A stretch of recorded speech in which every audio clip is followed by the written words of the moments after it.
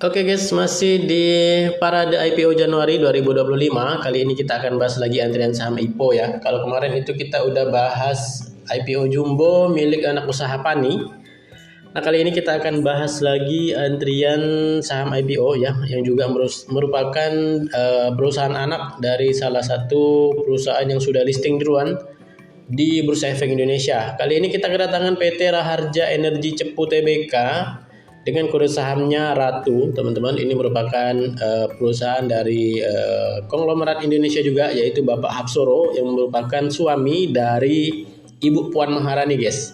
Ya, sektornya adalah sektor energi. Periode book building sudah dimulai tanggal 17 Desember sampai 23 Desember 2024. Rentang harga IPO di kisaran 900 sampai dengan 1.150 rupiah per lembar saham, dengan jumlah saham yang ditawarkan sebanyak 5.430.108 lot, teman-teman ya.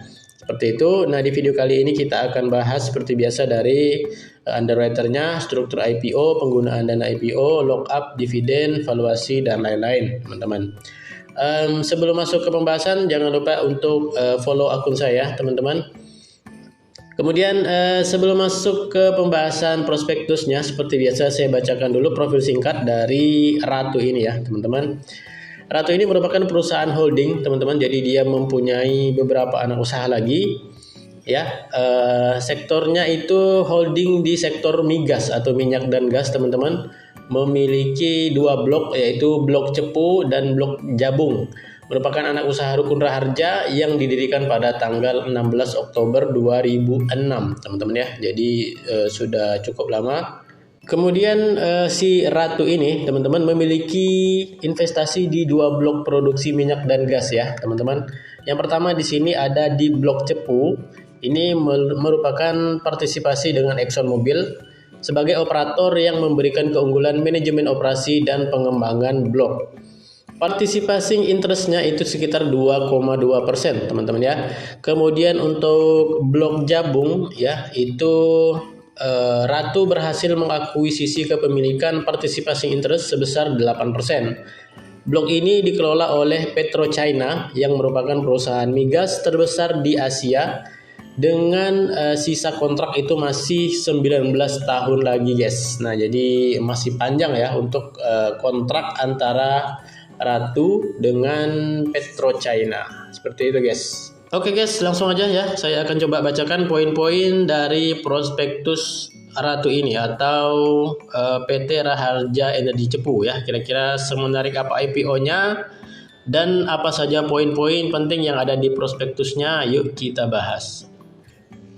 Oke guys, seperti biasa kita bahas dulu indikasi jadwalnya. Jika tidak ada perubahan, masa offeringnya atau penawaran umum itu akan dimulai pada 2 sampai dengan 6 Januari 2025 dan akan listing di Bursa Efek Indonesia pada tanggal 8 Januari 2025. Nah, jadwal ini sepertinya akan bersamaan dengan IPO lain ya, teman-teman. Nanti akan kita lihat. Nah, yang menjadi underwriter-nya di sini, nah ini yang menurut saya menarik, guys, di IPO-nya Ratu kali ini ya. Underwriter-nya ada dua, guys, yaitu Henan Putih Rai Sekuritas dan juga PT Sukor Sekuritas ya. Henan Putih Rai itu kode brokernya HP, sedangkan Sukor itu kode brokernya AZ, teman-teman ya, seperti itu. Nah, ini menarik nih untuk underwriter-nya ya, karena kalau kita lihat track record-nya ini keduanya bagus-bagus ya dalam mengawal saham IPO. Langsung aja guys kita cek untuk HP dulu ya, atau Henan Putih Rai. Nah, ini tercatat baru saja selesai mengawal IPO-nya DAS kemarin, teman-teman ya. Nah, DAS ini berhasil beggar ya, teman-teman. Kita berhasil ARA 5 kali, teman-teman, untuk IPO-nya DAS. Nah, kemudian sedikit lebih lama dia mengawal saham IPO milik Pak Prajogo Pangestu, yaitu saham Petrindo Jaya Kreasi atau kode sahamnya Cuan, teman-teman ya. Ini berhasil ARA juga, teman-teman, ARA berjilid. Ya, sama juga dengan DAS kalau nggak salah, ARA di kisaran 5 atau 6 kali untuk si Cuan ini kemarin, guys ya. Kemudian kita lihat untuk Sukor, guys, atau AZ. Nah, AZ ini juga bagus ya dalam mengawal saham IPO. Di sini ada beberapa track recordnya, kita lihat terakhir ya. Dia mengawal saham IPO Cyber. CYBR itu berhasil ARA, teman-teman, untuk hari pertama listingnya ya. Kemudian sempat mengawal saham IPO-nya RAM. RAM ini juga bagus banget kemarin, berhasil ARA juga berkali-kali guys untuk RAM kemarin. Kemudian juga sempat mengawal saham IPO-nya Awan. Awan ini juga ARA untuk hari pertamanya. Kemudian sedikit lebih lama sempat mengawal saham IPO MBMA atau Merdeka Baterai ya, ini juga hijau ya di hari pertamanya listing. Ini kalau nggak salah hijau di 11%. Kemudian sedikit lebih lama lagi dia sempat mengawal saham IPO-nya NSSS teman-teman ya. Ini juga berhasil hijau di hari pertamanya listing teman-teman. Nah itu ya untuk track recordnya kedua underwriter ini bagus banget ya dalam mengawal saham IPO, dan mudah-mudahan untuk IPO-nya Ratu kali ini kita juga dikasih ARA teman-teman, seperti itu. Dan menurut saya ya ikut aja guys untuk IPO-nya si Ratu ini ya, untuk memanfaatkan momen cuan guys. Seperti itu. Kita lanjut lagi. Nah ini adalah beberapa nama perusahaan yang dibawahi oleh Ratu guys ya. Di sini ada 1, 2, 3, 4, 5, 6, 7 guys ya. Ada 7 perusahaan anak dari Ratu. Seperti itu guys. Oke guys, setelah melihat underwriternya yang bagus-bagus tadi ya dalam mengawal saham IPO, selanjutnya kita lihat di sini untuk struktur IPO dari Ratu guys.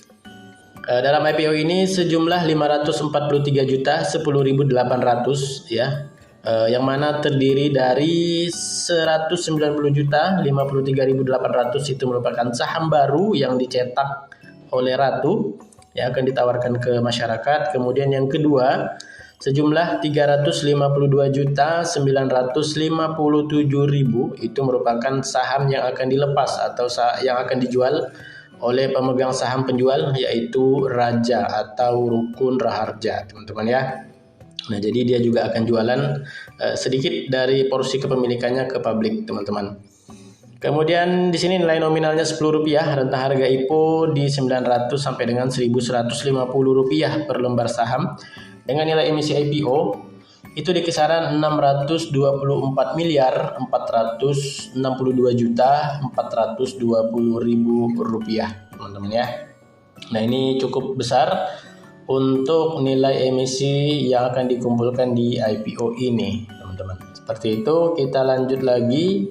Oke guys, jadi setelah saham divestasinya berhasil terjual semua ya, setelah dikurangi biaya emisi dan lain-lain, itu akan dibayarkan kepada pemegang saham penjual, dan perseroan atau Ratu dalam hal ini itu tidak menerima hasil dari penjualan saham divestasi tersebut ya.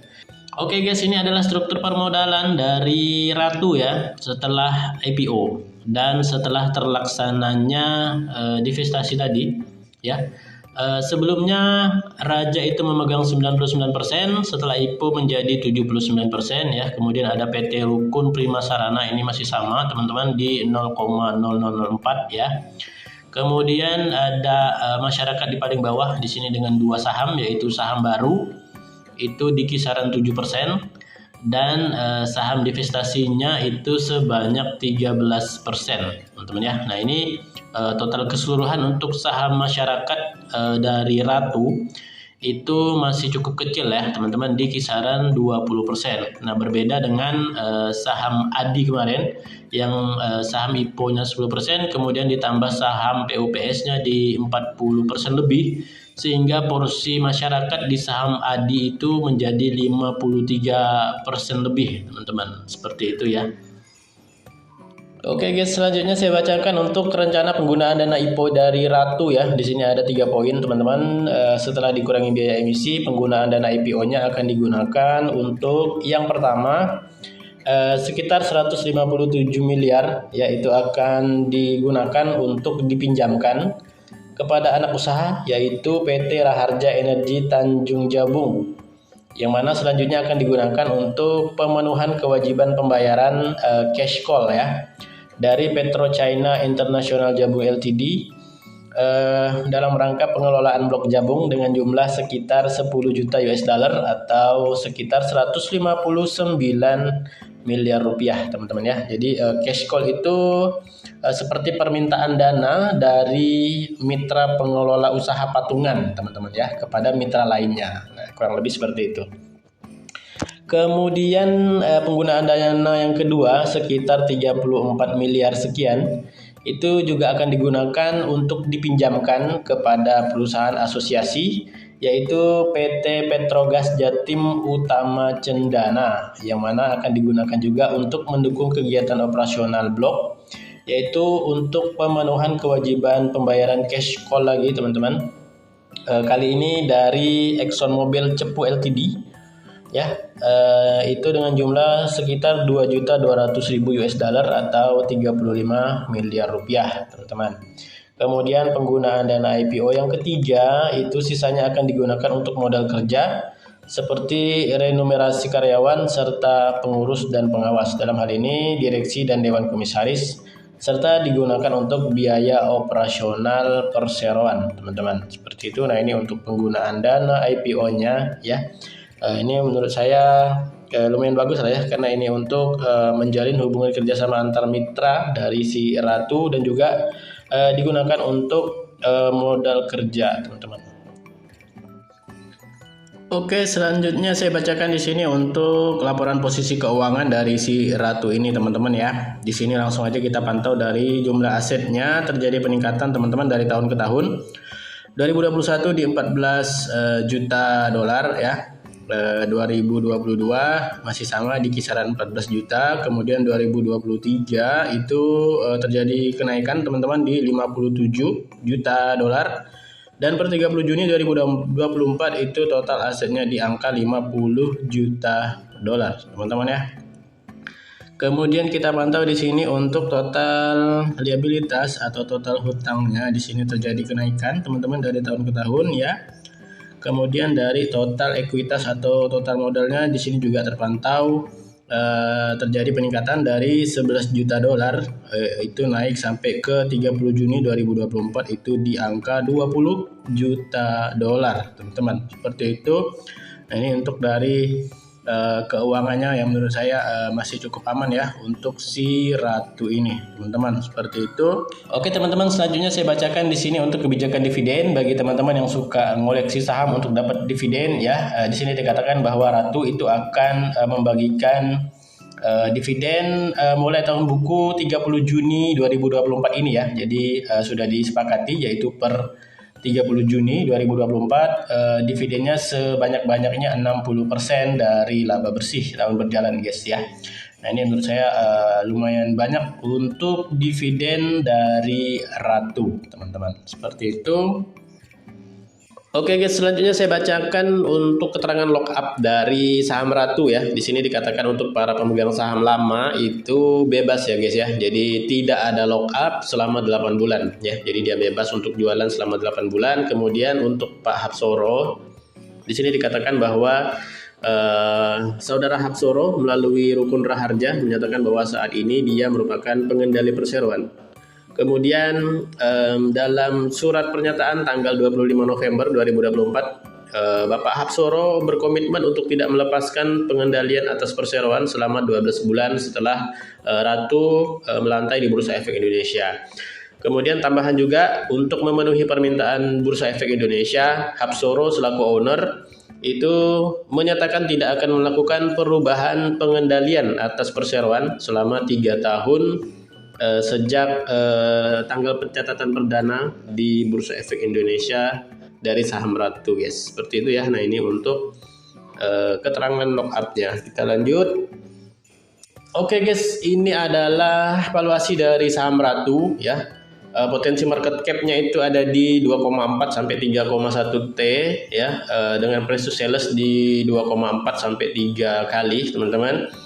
Dengan price to earning atau PER di 6 sampai 7 kali dan PBV-nya itu di 4 kali sampai 5 kali ya. Nah, ini memang secara valuasi saham Ratu ini dijual ke publik itu dengan valuasi yang cukup mahal atau premium guys, seperti itu ya. Oke guys, itu tadi beberapa poin dari IPO saham Ratu ya. Mudah-mudahan apa yang saya sampaikan sedikit di sini bisa bermanfaat bagi teman-teman, dan mudah-mudahan teman-teman sudah bisa mengambil langkah nantinya apakah akan ikut IPO-nya si Ratu ini atau tidak ya teman-teman, seperti itu. Disclaimer on guys ya, video ini saya buat sebagai media informasi, bagi teman-teman tidak ada ajakan untuk beli saham IPO tertentu. Semua yang saya sampaikan bersumber dari prospektus perusahaan teman-teman ya. Oke guys, terima kasih banyak buat yang sudah follow dan menonton video saya.